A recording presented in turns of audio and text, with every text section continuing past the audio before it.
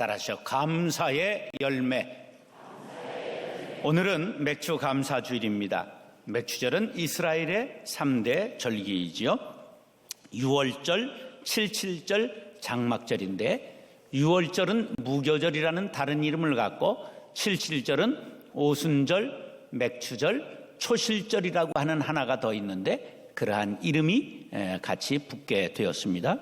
장막절은 수장절, 초막절이라고 하는 이름이 더 붙어 있습니다.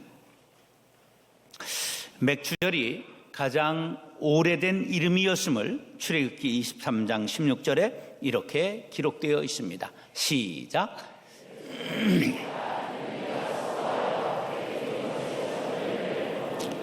맥주절은 어떤 내용의 절기라고 되어 있죠? 첫 열매를 하나님 앞에 거두어 드리는 절기예요. 첫 열매, 그래서 초음 초자, 열매 실자, 그래 초실절 그렇게도 부르는 것이죠. 맥주절이 6월절로부터 7주 후에 있었기 때문에 77절이라고 불렀습니다. 본래 하그하카르츠라고 하는 맥주절이라는 히브리어는 거두어 수확하는 절기, 그런 뜻을 가지고 있습니다. 밀과 보리를 추수하여 첫 단을 하나님 앞에 드렸던 감사축제였는데 농경사회 때 우리가 기독교가 들어왔습니다. 그렇기 때문에 자연스럽게 우리가 맥주절을 받아들였죠. 그러다가 이 산업화 과정에서 85%나 농업에 종사하던 사람들이 지금 6% 이하로 떨어지고 있습니다. 한번 인구 센서스를 시작하겠습니다. 지금 농사해서 먹고 사시는 분들 한번 손들어 보시기 바랍니다. 농업이 주업이신 분들 눈 씻고 찾아볼 수 없어요. 그러니까 일부 예배에 한 분 계시더라고요. 예, 기적이죠. 농사하지 않고도 잘 먹잖아요. 예. 그러면 이 맥주절의 의미를 이 현대에서는 어떻게 정리해야 될까 고심하게 되지요.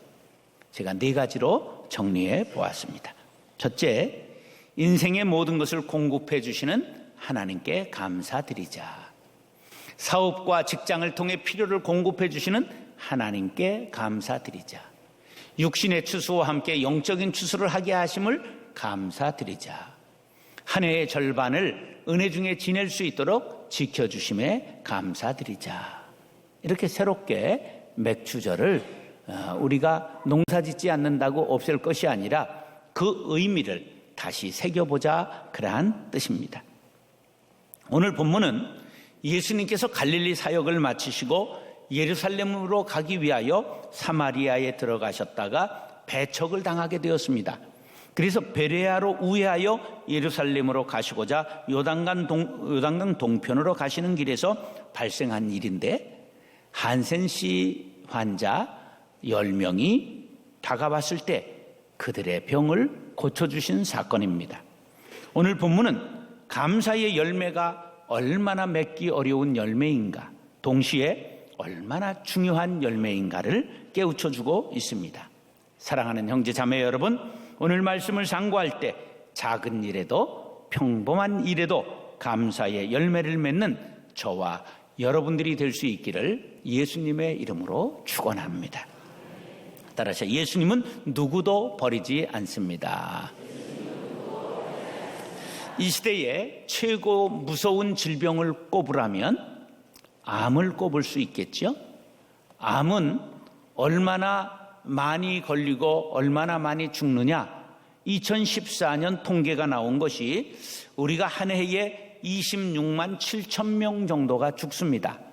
그런데 그 중에 7만 6,600명이 암으로 죽었다, 그렇게 통계가 나와 있습니다. 이것은 죽은 사람의 3명 반, 그러니까 셋, 넷이 4명은 암으로 죽었다, 그러한 뜻이죠.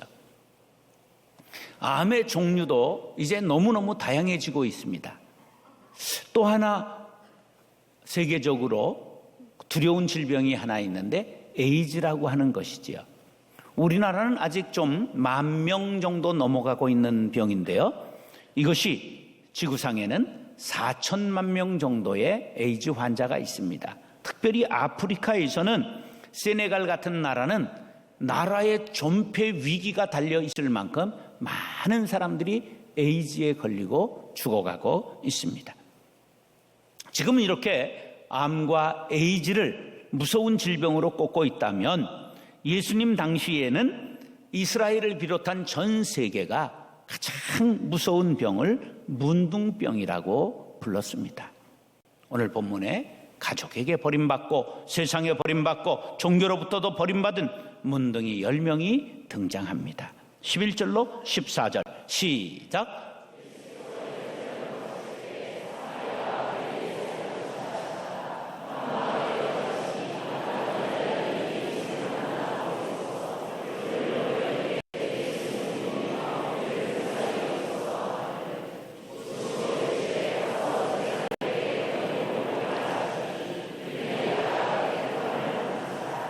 예수님의 일행을 발견한 한센병 환자 10명이 가까이 다가갈 수가 없으니까 멀리 서서 예수 선생님이여 우리를 긍휼히 여기소서 외쳤습니다. 사람이지만 사람들에게 가까이 갈 수 없는 버림병, 버림받은 문둥이, 건강한 사람들에게 접근할 수 없는 율법의 벽을 넘을 수 없어서 멀리 서서 힘을 다해 소리쳤습니다. 버림받은 처지였지만 세상의 소식을 들을 수 있었고 예수라는 분이 유대에 나타나 각종 병 걸린 사람을 고쳐주셨다는 군 뉴스를 들었던 것입니다.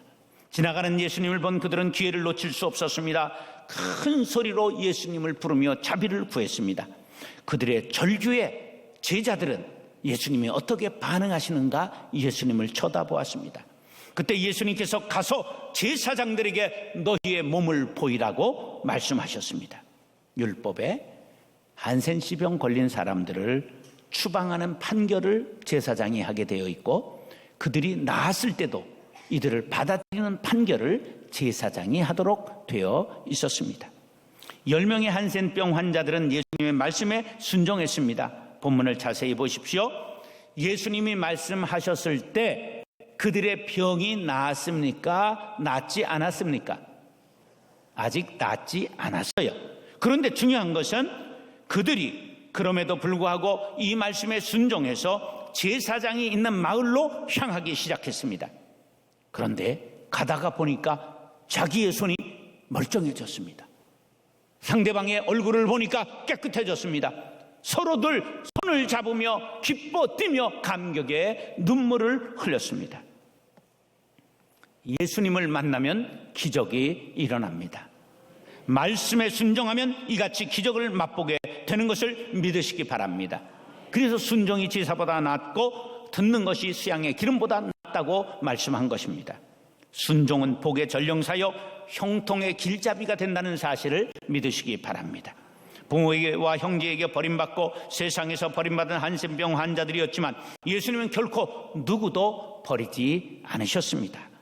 예수님은 한 번 택하신 사람을 끝까지 견인해 주심을 믿으시기 바랍니다.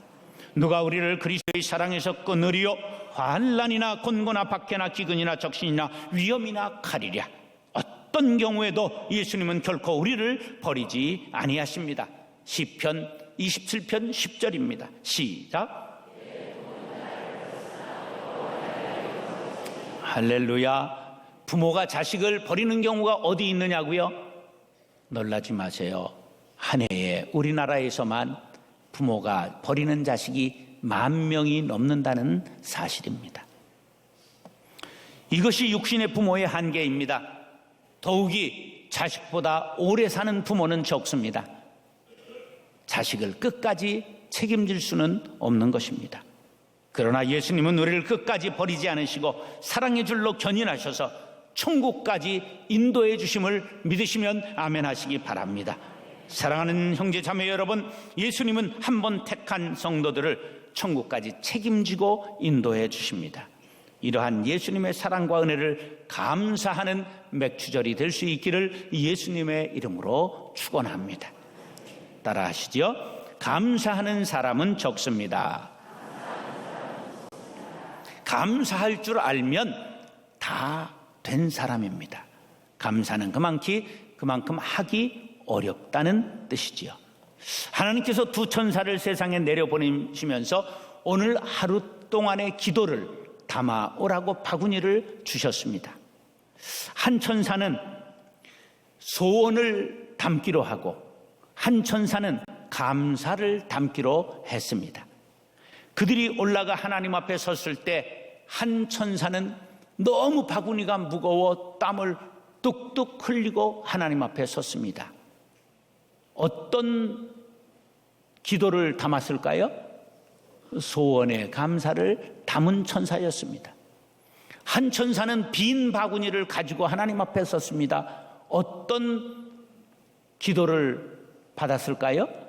감사의 기도를 받은 바구니는 텅 비어 있었습니다. 과연 감사하고 있는가? 감사할 게 있어야지요. 반문하시는 분들 있으실 것입니다. 과연 감사할 것이 그렇게 없는 것일까요? 15절로 17절 시작.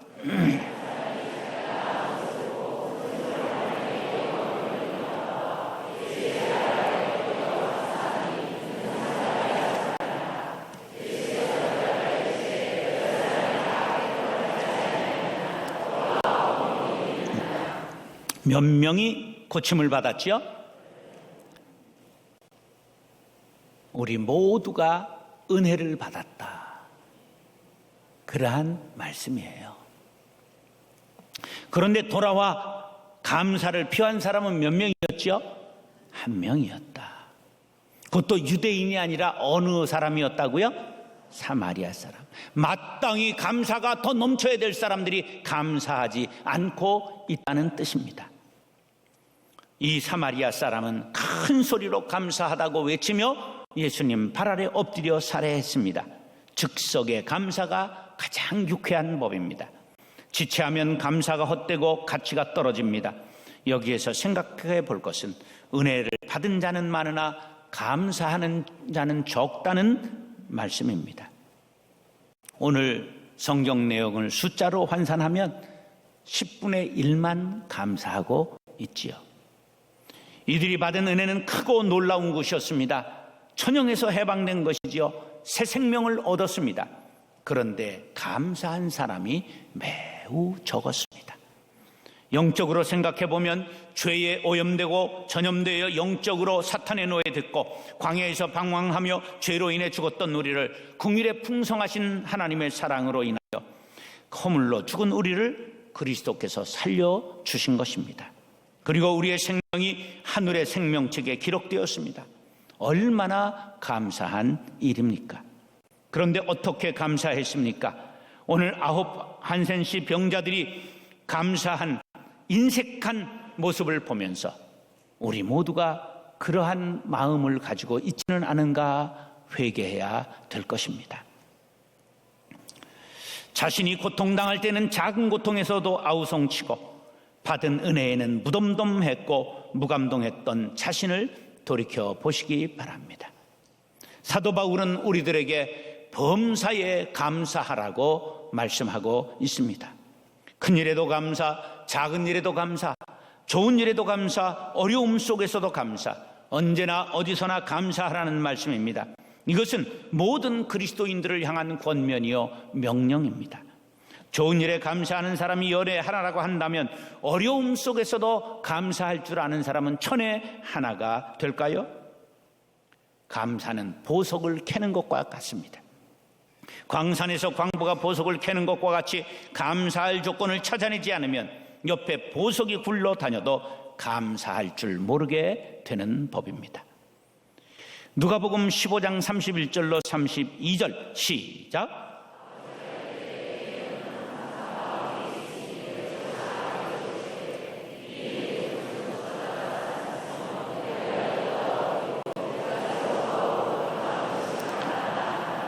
탕자가 집에 돌아왔습니다. 아버지의 살림을 장기와 함께 탕진한 작은 아들을 위해 살진 송아지를 잡고 잔치했습니다.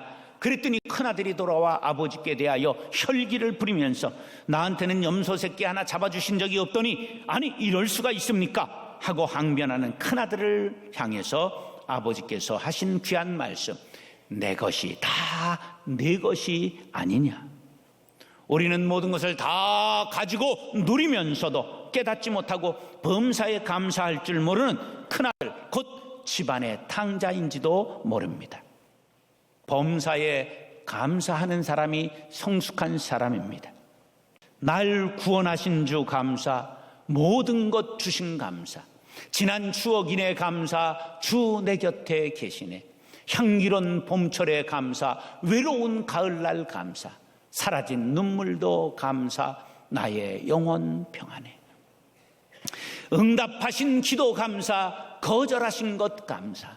3절에 보니까 길가에 장미꽃 감사, 장미꽃 따다가 가시에 찔렸는데도 가시에도 감사하는 신앙이 참된 감사의 신앙인 줄로 믿습니다. 사랑하는 형제 자매 여러분, 감사할 조건은 너무나 많습니다. 그러나 감사를 아는 사람은 너무 적습니다. 보석을 캐는 광부와 같이 감사를 찾아 감사드리는 성숙한 하나님의 자녀들이 될 수 있기를 예수님의 이름으로 축원합니다. 따라서 감사하면 좋은 일이 생깁니다. 좋은 일이 있어서 감사하는 것이 아니라 감사하면 좋은 일이 생긴다는 뜻이지요. 작은 일에 감사하면 큰 일이 감사할 것이 생기고, 어려운 일에 감사하면 환난이 물러가고, 범사에 감사하면 행복이 꽃피게 되고, 특별한 일에 감사하면 넘치는 감사를 누리게 될 것입니다. 욥은 재산을 다 잃어버렸습니다. 자녀 10명이 한꺼번에 죽었습니다. 그 가운데도 하나님 앞에 감사를 잃지 않았습니다. 욥기 1편 1장 21절 22절 시작.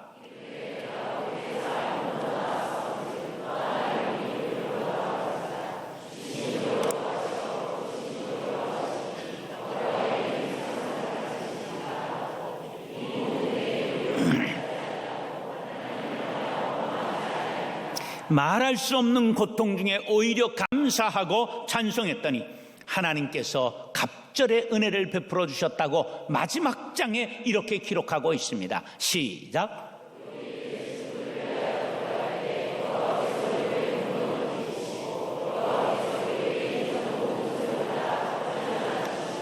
동방의 가장 부자였던 욥에게 말년에 어떻게 복을 주셨다고요? 갑절의 은혜를 주셨다. 할렐루야.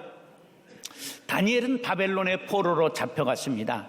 소년 때에 잡혀가서 총명했기 때문에 왕궁에 뽑혀서 교육을 받게 되었습니다. 외교관 양성 코스였는지도 모르죠.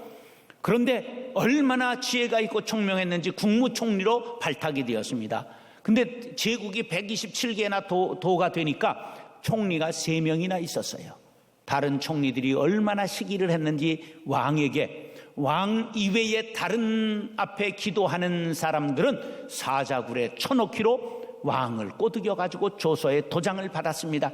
그리고 선포했습니다. 그것을 알고도 다니엘은 하나님 앞에 기도를 쉬지 않았습니다.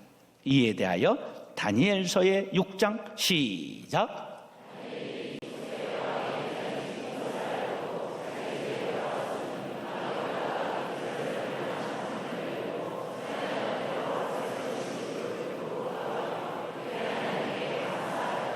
정적들이 이것을 감시하다가 드디어 그가 하나님 앞에 기도하는 것을 문제 삼아 왕에게 아뢰니 자기가 도장 찍었기 때문에 할 수 없이 그를 이제 사자굴에 던지게 되었지요. 6장 26절로 28절 시작.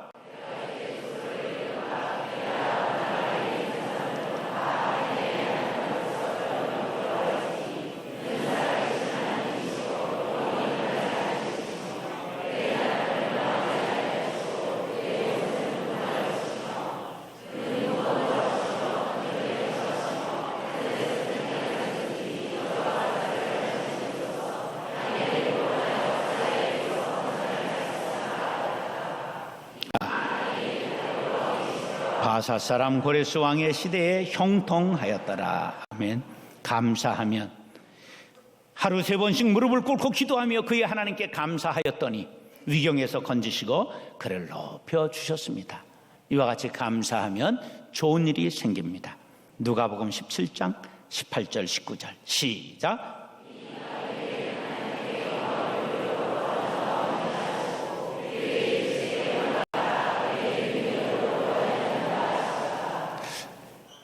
예수님께 돌아와 감사하며 영광을 돌린 사마리아인은 질병, 이 한센씨 병만 고침받은 것이 아니라 내 믿음이 너를 구원하였느니라, 육신과 영혼에 함께 아울러 구원을 받았다는 놀라운 사실입니다.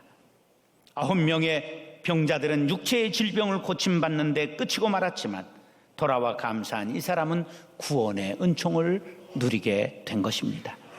감사는 내적으로 들어와 있는 믿음의 외적인 표현이라는 사실을 기억하시기 바랍니다.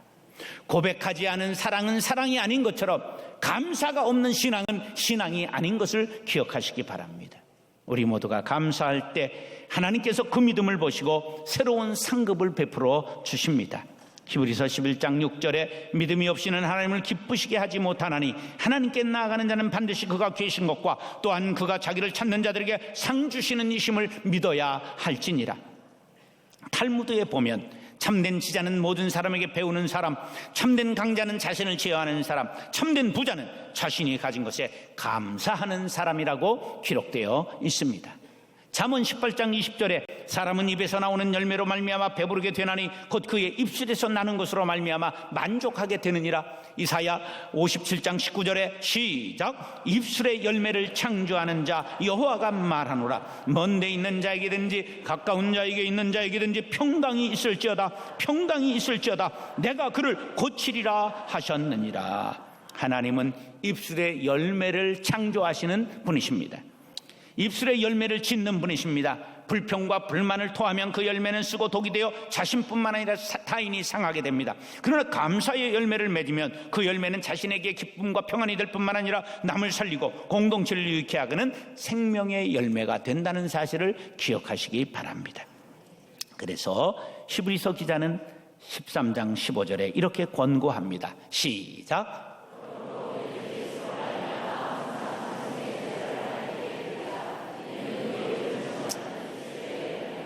따라서 항상 찬송의 제사를 드리자. 항상 감사의 제사를 하나님께 드리자. 이 말씀은 뭐냐 하면 예수 믿으세요, 전도하는 것 중요합니다. 그런데 더 중요한 것은 입술에서 항상 찬송하고 감사가 넘치고 얼굴이 기쁨에 넘쳐 살아가면 그 모습을 보고 사람들이 감동을 받고 주께로 돌아오는 전도의 역사가 일어나게 될 줄로 믿습니다. 은혜가 은혜되게 하는 것은 감사의 열매입니다. 감사의 입술입니다. 감사할 일이 있어서 감사하는 것은 세상 사람도 다 합니다. 하나님의 자녀들의 감사는 한 단계 높은 수준에서 이루어져야 합니다. 빌립보서 4장 6절 시작.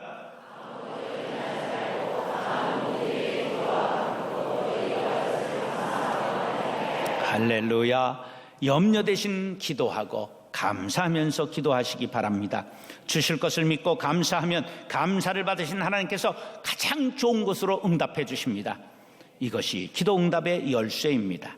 사랑하는 형제 자매 여러분, 감사는 아무나 하는 것이 아닙니다. 성숙한 그리스도인들이 맺는 입술의 열매입니다. 감사하면 좋은 일이 생깁니다. 입술의 열매를 짓는 하나님이시기 때문입니다. 오늘 맥주 감사절을 맞이해 주님이 주신 은혜를 다시 한번 헤아려 보시기 바랍니다. 건강과 일터와 가정과 교회를 주신 하나님께 감사하십시오. 범사에 감사하는 여러분들에게 은혜로 채워주시고 좋은 일이 넘치도록 풍성한 복을 내려주시기를 예수님의 이름으로 축원합니다.